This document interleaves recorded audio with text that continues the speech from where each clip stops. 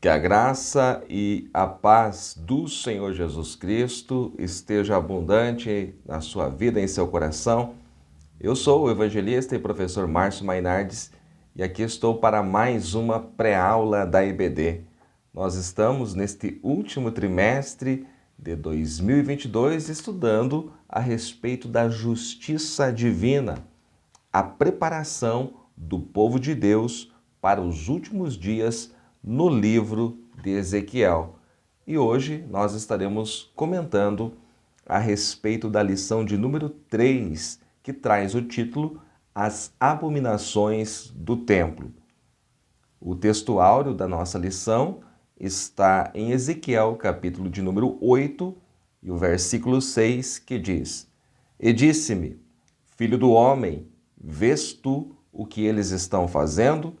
As grandes abominações que a casa de Israel faz aqui, para que me afaste do meu santuário, mas verás ainda maiores abominações.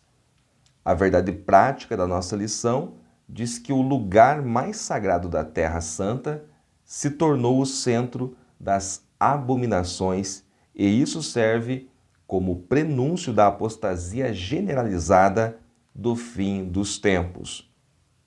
A leitura bíblica em classe está no livro do profeta Ezequiel, o capítulo de número 8, os versículos 5, 6, 9 a 12, o versículo 14 e também o versículo 16. Mas eu sempre aconselho aos alunos a estarem lendo todo o capítulo, que é o capítulo base de estudo. Por exemplo, leia todo o capítulo 8. É interessante que durante o estudo desta lição bíblica, que é a respeito do livro de Ezequiel, você leia o livro todo. Então, quando chegar na lição de número 3, é ideal que você já tenha lido, né, os capítulos 1 até o capítulo 11, 12, por aí, para você ter uma noção completa do assunto que nós estamos estudando. O livro de Ezequiel é um pouco complexo, mas à medida que a gente vai entendendo, nós vemos que ele é recheado de figuras, de simbolismos, mas para tudo isso há uma interpretação plausível, e é isso que nós estamos tentando fazer aqui a cada semana, trazendo este comentário que lhe ajuda a preparar a sua aula. Se você é aluno, você está enriquecendo o seu conhecimento. Com certeza, quando você chega na sua aula, você já está preparado para aprender mais e mais e já tem este subsídio, tá certo? A nossa lição, ela tem alguns objetivos. O primeiro deles é expor a visão do capítulo 8 do livro. O segundo é destacar as imagens de ciúmes, o culto aos animais e répteis e os 70 anciãos. E o terceiro é tratar a respeito do ritual de Tamuz e dos adoradores do sol. Então, tudo isso são temas que nós vamos discorrer neste comentário. Se você está conhecendo agora o nosso canal, seja muito bem-vindo. Inscreva-se neste canal, deixe o seu like, deixe também o seu comentário e sempre coloque o nosso nome nas suas orações, porque nós precisamos a cada dia mais estarmos preparados para levar este subsídio a vocês. E também compartilhe este e outros vídeos do nosso canal aí no seu WhatsApp, no seu Facebook, nas suas redes sociais, para que mais pessoas tenham acesso a este conteúdo. Tá? As abominações do templo. Se você acompanhou a nossa lição anterior, eu falei lá sobre a definição do que é abominação. Abominação fala de coisa repugnante, trata também de alimentos impuros. Esses alimentos são aqueles que eram dedicados aos ídolos. Então, a palavra abominação no original hebraico fala de coisa repugnante, de alimentos dedicados aos ídolos, também dos casamentos mistos, que era proibido aos israelitas. E em sentido ético, referia-se também a toda a prática de impiedade. Esta é a definição, portanto, de abominação. Aí, o nosso título hoje é As Abominações do Templo. O que significa templo? Templo era o santuário. Templo era o local, metaforicamente, da habitação divina, o lugar onde o Senhor Jeová manifestava a sua glória. Você sabe que desde os dias de Salomão havia o grande templo ali em Jerusalém, que era o lugar mais sagrado para os judeus. Então, o templo fala deste santuário. É claro que, conforme o próprio Salomão orou na inauguração deste templo, e ele disse que o céu dos céus não podem conter a Deus, porque Deus é maior do que os céus, porque os céus foi Ele que criou. Ele criou os céus, né? Criou a terra, tudo que existe. Então, Ele é maior do que tudo. Como que ele estaria habitando dentro do templo que ele, Salomão, construiu? Isso era impossível. Então nós sabemos que quando falamos do templo como a habitação divina, nós estamos falando nesse sentido figurado, onde Deus manifestava a sua glória. Agora, nesse lugar de culto, nesse lugar sagrado, conforme nós vimos aqui na nossa verdade prática, está sendo praticado toda espécie de abominações. Então é isso que nós vamos ver aqui na lição de hoje. Indo então para o nosso primeiro tópico, alguns detalhes que o nosso pastor coloca aqui sobre a visão, é interessante que você trabalhe. Por exemplo, é importante que você entenda que os capítulos 1 ao 11 são uma unidade literária. Então, a primeira parte deste livro termina ali, justamente no capítulo 11. Do 1 ao 11 é uma unidade literária. Este fato que Ezequiel presencia através de visão acontece 14 meses depois da primeira visão. Que primeira visão é esta? Aquela que nós temos registrada no capítulo de número 1, que abre o livro do profeta Ezequiel. Então, uma diferença aí de 1 ano e 2 meses daquela primeira visão. A partir aqui também, do capítulo de número 8, nós temos a glória do Senhor paulatinamente indo embora do templo. Isto é algo muito triste e você vai ver em alguns textos. Então, a partir de 8 e 4, você percebe que a glória de Deus ainda está ali. Aí você tem capítulo 9, versículo 3, capítulo 10, versículos 18 e 19, capítulo 11, versículo 23. A glória de Deus se retira do templo por causa das abominações que estão sendo cometidas ali. Mas eu não vou ler esses textos nem comentar a respeito, porque este é justamente o tema da lição de número 4 da nossa próxima aula. Quando se vai a glória de Deus? Então, a lição de número 4 é imperdível e nós vamos falar desta glória de Deus saindo paulatinamente, lentamente do templo. Se tem algo que nós não podemos perder, é a presença, é a glória de Deus em nosso meio. Senão, nós ficaremos num ritual vazio.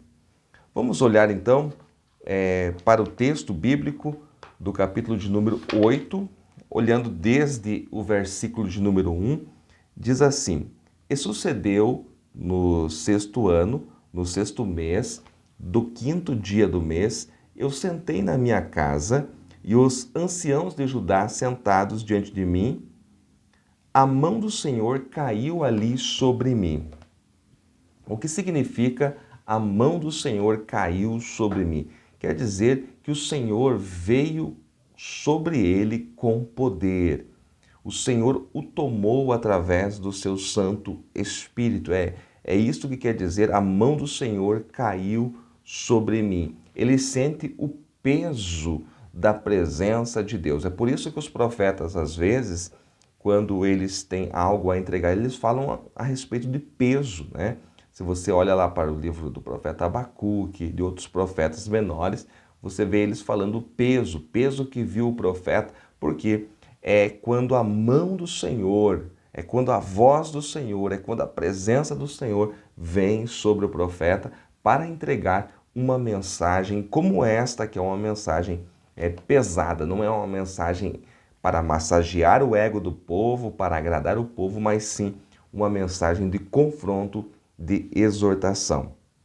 O Espírito Santo, de forma sobrenatural, levou o profeta Ezequiel a Jerusalém. Isso está no versículo de número 3. E pôs a forma de uma mão e tomou-me por um cacho da minha cabeça, e o Espírito aqui com letra maiúscula, está se referindo ao Espírito de Deus, me levantou entre a terra e o céu e me trouxe nas visões de Deus para Jerusalém, a porta do portão interno que olha em direção ao norte, onde estava o assento da imagem do ciúme, que provoca o ciúme. Então, nós já vamos falar a respeito do ciúme, mas antes, porém, falando a respeito desta ida em visão do profeta Ezequiel, que estava ali na Babilônia até a Jerusalém. O nosso comentarista, ele deixa bem claro que apesar de alguns teólogos dizerem que Ezequiel foi teletransportado, isso não existe. Ele deixa bem claro que ele foi em visão, né? Ele estava ali de forma corpórea, junto ao rio Quebar, entre os exilados, mas em visão o Senhor o toma e o leva para que ele veja, escreva e pronuncie ao povo aquilo que estava acontecendo, ao povo exilado, aquilo que estava acontecendo em Jerusalém, dentro do santuário de Deus. Então, o que Ezequiel vê ali? Ezequiel vê a idolatria institucionalizada, ele vê o fracasso dos líderes. Por que eu digo que a idolatria estava institucionalizada? É porque a própria liderança, quando ele vê ali 70 anciãos, isto relembra a primeira liderança lá no deserto, quando Moisés já não pode mais levar sozinho a carga do povo e Jetro, seu sogro, o aconselha para que ele divida a responsabilidade de conduzir e julgar o povo. Então ele escolhe 70 anciãos. Esses 70 anciãos aqui, eles tipificam a liderança dos judeus. Então, se a idolatria era tolerada por esses 70 anciãos, quer dizer que ela estava já de forma oficial na nação. O que mais que Ezequiel vê ali no templo em Jerusalém? Ele vê abominações, todo tipo de coisas repugnantes, alimentos dedicados aos ídolos. Ele vê também coisas assim como sendo retratadas, abominações sexuais sendo retratadas através de figuras nas paredes, e tudo aquilo que desagrada a Deus, ele contempla ali no templo em Jerusalém, a apostasia da liderança judaica. Nós temos então, no nosso segundo tópico, os maiores detalhes sobre estas abominações. Nós temos aqui sobre as abominações parte 1 e sobre as abominações parte 2 no terceiro tópico. Vamos tratar agora então a respeito desta questão da imagem. Ele vê que tem no templo uma imagem de ciúmes. O que quer dizer? Que há uma imagem dentro do templo, algo que Deus condenava. E isto não de agora, mas desde o deserto, desde o momento que Deus entrega a sua lei a Moisés, ele deixa bem claro que eles não podem levantar nenhum tipo de imagem, quanto mais dentro do templo do Senhor, nem fora, nem dentro do templo. Então, esta imagem provocava ciúmes, provocava o zelo divino. A palavra para imagem é semel, ou semel, que quer dizer estátua, quer dizer ídolo. E a palavra quiná, que é traduzida por ciúme, fala de ardor, fala de zelo, fala de ira. Ela era aplicada também, né, ao marido que tinha o ciúme. Então, está dizendo que Deus se sentia como um marido que fora traído, né? Havia despertado nele o ciúme, por isso que é chamado desta forma, por isso esta frase aqui é a imagem de ciúmes, porque gerava o zelo, gerava o ciúme de Deus, porque o povo que era o seu povo, Deus era como o marido fiel, Israel era como a sua esposa no Antigo Testamento, quase sempre infiel. Agora veja comigo o versículo de número 6. A imagem de ciúmes está no final do versículo 5. Agora o versículo 6 diz assim: as grandes abominações que a casa de Israel faz aqui, esse é o nosso texto áudio, né? Para que me afaste do meu santuário. Afastar o Senhor do templo? Afastar o Senhor da casa do Senhor? Como isso é possível? Então Deus está falando que este povo está pecando deliberadamente para o afastar do seu próprio santuário. Veja o tamanho da apostasia, tentando afastar o Senhor da casa do Senhor, da casa dele. Então isto é algo inimaginável.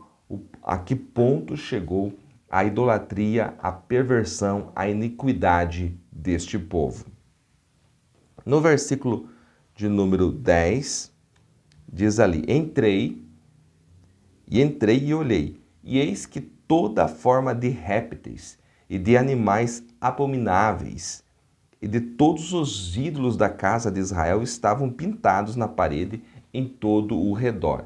Lembrando que a respeito de animais, os judeus tinham aquela regra que o próprio Deus tinha dado a eles, ainda lá no deserto, sobre os animais que eram puros e os animais que eram impuros. E eles seguiam esta regra. Agora, Ezequiel contempla até mesmo animais impuros aqui no templo.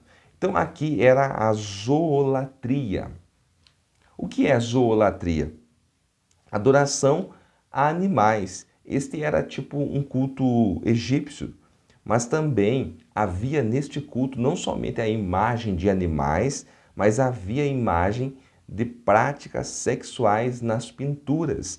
Então havia nestas imagens, em meio à zoolatria, havia também imagens de zoofilia, ou seja, de homens e animais praticando esta abominação sexual. Isto dentro do templo. Veja a que ponto chegou a apostasia e a depravação deste povo. Então havia a zoolatria, né, que é a adoração a animais, quando eles pintavam isso nas suas paredes, mas nessas imagens também, segundo os estudiosos, havia também retratos de zoofilia, de práticas sexuais entre homens e animais. Veja que abominação. Perceba que não foi por acaso que Deus permitiu que o seu povo fosse levado cativo, fosse levado para a Babilônia. Olhe comigo o versículo de número 11, que diz: e 70 homens dos anciãos da casa de Israel, com Jazanias, filho de Safã. 70 anciãos. Então, homens designados para evitar que a idolatria se instalasse no meio do povo. É isso mesmo que eu acabei de dizer. Esses 70 homens, eles eram os homens designados para impedir que a idolatria entrasse no meio do povo. Eram a liderança do povo. Agora são estes que estão, juntamente com Jazanias, e já vamos falar sobre ele, praticando, induzindo o povo à idolatria. Quem era Jazanias? Filho de Safã. Quem era Safã? Aquele que foi um dos responsáveis pelo grande avivamento que aconteceu nos dias do rei Josias, anos antes. Foi aquele que leu o livro diante do rei Josias. O rei Josias é aquele que rasgou as suas vestes, que sentou, que vestiu o pano de saco e sentou-se sobre as cinzas, que se humilhou quando Safã leu o livro da lei que fora encontrado para o rei Josias. Então, se Jazanias, que era filho de Safã, estava nesta prática, imagine só a profundidade do pecado da liderança judaica. É importante você separar esse Jazanias daquele que é mencionado no capítulo 11, né? Que é outro, né? Seu pai é outro, tá? Não confundir. Indo para o tópico de número 3, no versículo de número 14, nós temos aqui Tamuz. Elevou-me à entrada da porta da casa do Senhor, que está da banda do norte, e eis que estavam ali mulheres assentadas chorando por Tamuz. Tamuz era uma divindade babilônica de origem suméria. Uma divindade babilônica de origem suméria. Era chamada de Tamuz ou Dumuzi, tá? E alguns vão dizer que ele era irmão de Istar, outros vão dizer que era amante. Mas eu penso que Tamuz ou Dumuzi era tanto irmão quanto amante de Istar. Então, isso retratava bem a abominação e a depravação destes ídolos, né? Era assim que eles criam na sua crença, né? Os sumérios, os babilônicos. Então ele era o deus da vegetação da primavera e cria-se que ele morria, né? Durante o tempo da estiagem, depois ressuscitava novamente. Este era o mito que eles criam a respeito de Tamuz. As mulheres lamentavam então a morte dele em julho e ansiavam pelo seu renascimento na época das chuvas, né? Então, estas mulheres, elas estavam praticando um sincretismo religioso, porque eram mulheres que serviam no templo, no átrio do templo. E ao mesmo tempo que serviam no átrio do templo, também estavam chorando por Tamuz. Então, isto mostra a mistura, isto mostra o sincretismo religioso que estava acontecendo naqueles dias, assim como acontece em nossos dias, na atualidade, este sincretismo religioso. Versículo de número 16. Elevou-me para o átrio interior da casa do Senhor, e eis que estavam à entrada do templo do Senhor, entre o pórtico e o altar, cerca de 25 homens, de costas para o templo do Senhor e com o rosto para o oriente. E eles adoravam o sol, virados para o oriente. Olha só, adoradores do sol. Quantos homens eram? 25 homens. 24 eram sacerdotes que cumpriam o seu turno. Lembra que lá no livro das Crônicas, Davi, o rei, ele dividiu os sacerdotes em turnos. Então eram 24 horas, 24 turnos de sacerdotes. Então aqui nós temos os 24 sacerdotes que faziam os 24 turnos, mais o sumo sacerdote envolvido nesta prática idólatra da adoração ao Deus Sol, Deus que não existe, né? Deus Sol, virados de costas, né? De costas para o templo, né? Era assim que eles estavam, de costas para o templo do Senhor, olhando para o sol. A adoração ao sol também vinha dos egípcios. Os egípcios, eles tinham até a casa do sol, né? Casa do sol, Bet Shemesh, né? Bet Shemesh. Você vai ver lá em Jeremias 43, versículo de número 13. É bom separar isso, e o nosso comentarista deixa claro aqui, de Bet-Semes de Judá. Então havia em Judá Bet-Semes, mas aqui está falando de uma cidade egípcia, cujo nome é a Casa do Sol. Se nós voltarmos ao Egito, tempo que o povo esteve escravo lá, nós voltamos lá às 10 pragas, né? E a 9ª praga foi a praga das trevas. Em Êxodo, capítulo 10, versículo 21 a seguir, nós vemos que as trevas que Deus enviou revelaram a fragilidade de Ra. Quem era Ra? Ora, Ra, para os egípcios, era o Deus Sol. Ele era o Deus Sol, mas para o verdadeiro Deus, o Senhor Jeová, mostrar que Ra não existe, ele enviou a 9ª praga, densas trevas.